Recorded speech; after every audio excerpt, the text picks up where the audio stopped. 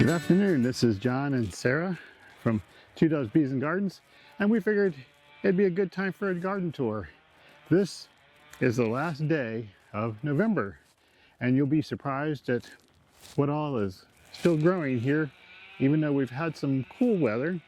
We got down to what, 37, 34, 34? 33. 33 degrees. Welcome to our garden. Let us show you around. Okay, some of the blueberries are starting to lose their leaves for the winter. And other ones that are earlier varieties, let me see if I can find one, are starting to get the buds swelling in preparation for next year's blueberries. And they had a really good year this year. We're really looking forward to next year. One thing we still need to do with these is to test their soil and to see if we need to add any more sulfur to adjust the acidity. Blueberries really like acid soil. The dahlia, looking a little raggedy but still blooming. I need to deadhead, so maybe we can get some more blooms. But it put on a fabulous show this year. We just harvested the peppers to my right. The night before it got to 33 degrees, which was, of course, Thanksgiving morning, and they did really well, and they don't appear damaged by the frost, so we might still get more. These two plants on the end are chili peppers. We got the seeds from our friend Don in Cyprus, and they did amazing. Just off of two plants, we got 4 pounds of chili peppers. But you can see the tomato cages that I used to support them were not enough to hold them up. And we also had other varieties of peppers fall over. So for my spice peppers in the future, I am not going to use tomato cages to support them. They work great on bell peppers, but not the spice peppers. So next year, I'm going to try doing a Florida weave on our peppers and see how that works. And then in the next side of the bed, we planted our garlic, and almost every single one has come up. They are just doing beautifully. We saw a video that talked about how deep to plant your garlic, and where he planted them 4 inches deep, they came out bigger than if they were planted deeper or shallower. So we're trying that this year, and hopefully we'll have some really big garlic come spring. The vinca here next to me, I love these. There's 4 small plants here, and they bloomed profusely all summer, and they're still going. I love them. We have vinca in several different colors throughout the garden. These are a flower that takes the heat really well. This bed has worked out really well. I tried something new this year. Maybe you can see these skewers in the garden. They're serving 2 purposes. I have some that are laying flat, kind of doing square foot gardening, and I use those to mark out the squares. But also along the edge, I've got the points sticking out, and they're to keep critters out of the raised bed. We've got several different kinds of plants mixed together in this bed. I mentioned I was doing square foot gardening. One of the ideas with square foot gardening is to use many different kinds of plants together, all as companion plants. In this bed, I've got broccoli, and it is just doing beautifully. There's also cauliflower, which got a little eaten. We had some problem with caterpillars at the beginning of the season. Hopefully they're done now, but the plant still looks strong and healthy. Here we've got bok choy, and just look at how healthy that is. That one's ready to harvest. We've got onions in some squares throughout the bed. This is kale. I planted 2 different varieties in this square. In here, we've got some daikon radish. We just had one come up a couple days ago, but they're doing quite well. We've got some blank squares still where I'm going to put cabbage. Here, I've got spinach seeds started. I pre-sprouted them inside, so I knew which ones were going to grow. Here we've got some mizuna and some tatsoi. Those are both winter greens that we love eating in salads. Over here, I've got some cilantro. Also, the seeds are coriander, that the seeds also from Dawn, and they're doing well. Just little bitty sprouts so far.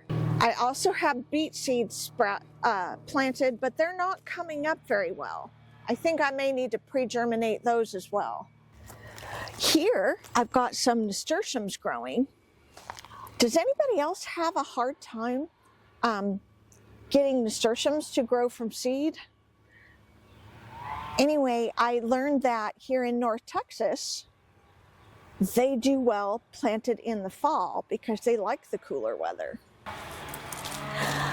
Some other things I may fill in with besides the cabbage are dill or maybe some parsley and some calendula. Put some flowers in there too. In the blank space here, I'm wanting to grow flowers. I planted some larkspur and some breadseed poppies, and nothing has come up yet. The breadseed poppies are very slow to start, so I'm hoping that the larkspur will shelter them and they can grow up together. And then when the larkspur's done, the poppies will start getting big. We'll see if that works. This is only my second time growing shelling peas. I put alternating rows of peas with carrots in between.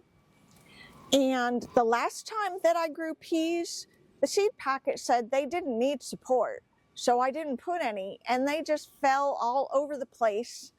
And they were very difficult to harvest because the plants were all intertwined and you had to dig through them to actually find the peas. So this time I strung some string back and forth along the rows to give the peas something to climb on. And then down in between, we've got different varieties of carrots, and they are just coming up. I'm hoping that the peas grow up the trellises and are very easy to harvest.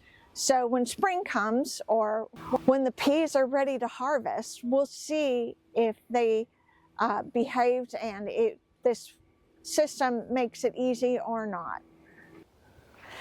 At the end of the bed, we've got our zinnias, and they're looking a little sad. They're very leggy here at the end of the season, but we've left them in because the butterflies just love them.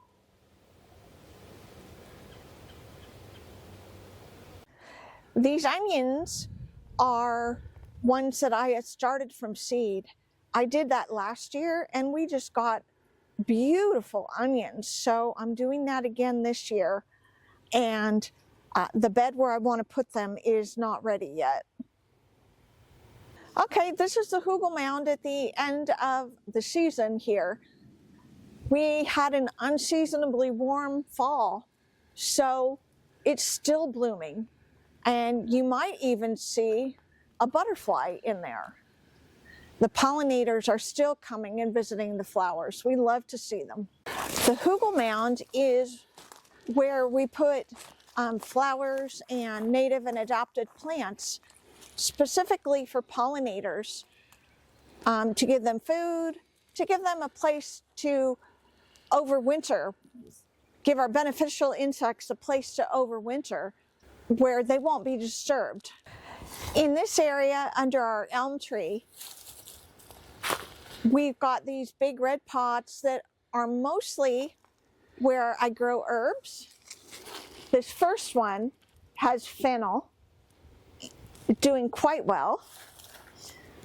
And this one is lemon basil. I love to make a tea out of this in the summer, so good. And we've left it in because the bees are still coming to the flowers. In the next one, we have one tomato pot that the tomato plant has kind of fallen over, but it's still growing and we just haven't taken it out yet. But I've also planted garlic in there. And then after a few more tomato plants growing wild, we have rosemary. And I just planted this this spring and it is doing beautifully. And then behind the rosemary, this is a pineapple guava. And we've had it in this pot for several years and it's time for it to go in the ground. That's one of our chores before winter. On the left, we have parsley growing. I like to grow a lot of parsley for the black swallowtail butterflies. This is their host plant. And if I grow a lot of it, not only is there a lot to raise a lot of butterflies, but there's also enough for us when I want to use it. And then in the pots here, we've got some elephant garlic. This one is empty, but in the spring I want to put some ginger and try growing ginger here. This is my oregano, and I need to trim back the blossom stems, but the plant is growing very well. I think I'll harvest that before winter. And then in here, you can see we've got some parsley that's gone to seed. And there's also a horseradish plant. It actually does well here, even though it likes cool weather. If you give it shade, it'll grow throughout the summer. It's a perennial, it'll keep coming back. This area is what I call my plant nursery. It's in the shade a lot of the day, and especially in the summer, it's a great place to put new plants that are getting hardened off, getting accustomed to that summer heat. And now it's got quite a few plants that are waiting to get planted out. I've got this one tray of wildflowers that I don't even know what they all are. They're from seed mixes, several different varieties, and I'm excited to see what they turn out to be. I've also got some herbs, and these are the cabbages that are waiting to go into the bed that we talked about a little bit ago. Sometimes I am just a sucker for plants when they're on sale. Tractor Supply had their fruit trees for $5 each. So we got 3 apples, a cherry, and 2 plums. And we are still figuring out where we want to put them. I wanted to give y'all an update on the rhubarb. The heat tolerant variety that I was testing. Well, it made it through the summer, but something ate it. And as far as I know, it's dead. I'm holding out small hope it might come back in the spring.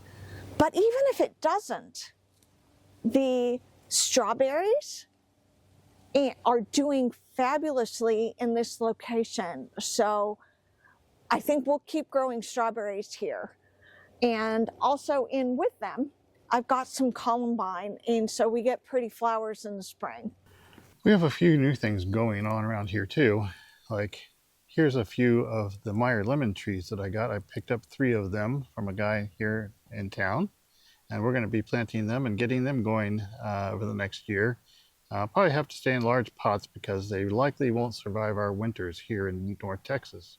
Another of the new things that we've got going on is I'm starting to put this blackberry trellis together. You can see right here on the 4x4 that I've got the wire vices in, and I actually ran the first wire, which is probably hard to see there, but it's right here. This is where all the blackberries go. So we'll be able to get them tied up, which has been on Sarah's to-do list. Speaking of new things, our fig forest is doing very well. We've got 23 fig varieties in ground over there. We have a big one that's been in the ground for about 15 years. And then we've got about another 60 different varieties back over here on the other side of the garden. But we just opened our new website, twodoves.com. And on there, you'll find an Amazon storefront and a new merch shop where we're selling things like this new shirt. I work with wild venomous creatures. You can find that on there if you're interested. Might make a great Christmas gift. Anyway, let's get back to it. Here we have more of the vinca. We saw the red earlier. This is the white, and it also is doing beautifully. And next to it, we have cowpeas, and this is another lemon basil. We have a couple of them that have volunteered in this bed and are trying to take over. But the cowpeas, this is the first year I put these in, and I'm going to grow these every year. They like the heat, and they don't take a lot of water, and they just produce these huge pods that when you let them dry out, they look like this. And inside, there's lots of these tiny little beans. They're in the same family as black-eyed peas. They do really well here. So this is the second crop that we're getting. It already put out one, and now it's growing some more. I'll let them keep going till frost. We also have a zucchini that we put in the beginning of September. I recommend getting them in sooner. We haven't gotten anything off it yet. I think it's had one flower. And the other squash we put in didn't grow. And then we also have marigolds and some strawberry gomphrena at the end. In this bed, we've got some beets. I'm letting them go to seed. They hardly grew last spring, and then during the summer, they just barely survived. They never did get really big until the end of the summer, and by then they were too tough to eat. So anyway, I'm letting them go to seed, and now they look beautiful. Also, there's more of the lemon basil. We also have some volunteer onions from one that I tried to grow last year. We also have volunteer borage. This is a plant the bees just love. It's one of their favorites, and it makes these tiny blue flowers, and they're edible. So we also have sweet potatoes that volunteered, and after we get a killing frost, we're going to dig those up. And last but not least, we have a volunteer Mexican sunflower. It's also called Tithonia, and the butterflies just love these. So after the frost kills all these things, I'm going to put onions in this half of the bed, and the other half will be a cover crop of some sort. And also the previous bed will also have cover crops. That will help our soil and keep from depleting it, give it a boost for next year. On the other side of the arch behind me, you can see where we grew the okra, and I'm letting them go to seed as well. We've already picked the dry pods, but you can see they were quite prolific this year. We got quite a bit of okra from them. They did very well.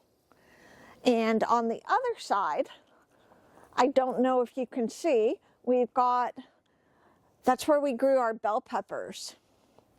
Now in the past, I have really struggled to grow bell peppers, and this year they did amazing. When we harvested a few days ago, we got 8 pounds of bell peppers, and there's still more small ones on the plants growing. Yeah, the cold weather doesn't seem to have hurt them yet. We'll see how long that lasts. But I think what made the difference was having the okra on the south side. It helped to shade the bell peppers. So bell peppers like shade, they like a lot of water, and they like good soil. This bed is similar to the other where we did the square foot gardening, and it also has the same kinds of plants. The broccoli, the cauliflower, mizuna and tatsoi, kale, radishes, onions, cabbage, and you can see a calendula blooming on the other side. I love to have flowers in my bed. It just makes me smile. In our final bed, we have our spicy peppers. These are jalapenos and cayenne. And here the tomato cages are barely holding them up. They did really well this year. I'm amazed because this is the first crop for this raised bed. They were very productive. Behind me, we had the watermelons. We just picked our last ones a few days ago, and they also were amazingly productive. They did very well. We've been eating watermelon all summer. Yeah, we really look forward to eating watermelon in the summer. And in fact, we had so many, I tried something new this year. I made some watermelon jam. It came out kind of soft, so we discovered it makes a fabulous ice cream topping. In the middle of the bed, I have more gomphrena tucked in. These are lavender, and they did very well into the heat of the summer, and then a pest started getting them, and I needed to deadhead more. If I had kept them deadheaded, they probably would have been beautiful all summer. At this end, I have some alyssum tucked in there, because as you know, I love to have flowers in my garden, and the bees are also very much enjoying it. This taller red flower is a cardinal basil. And this was my first time growing it, and it has done very well. It's beautiful. So that's it for today. We hope you enjoyed this garden tour. Join us again next time.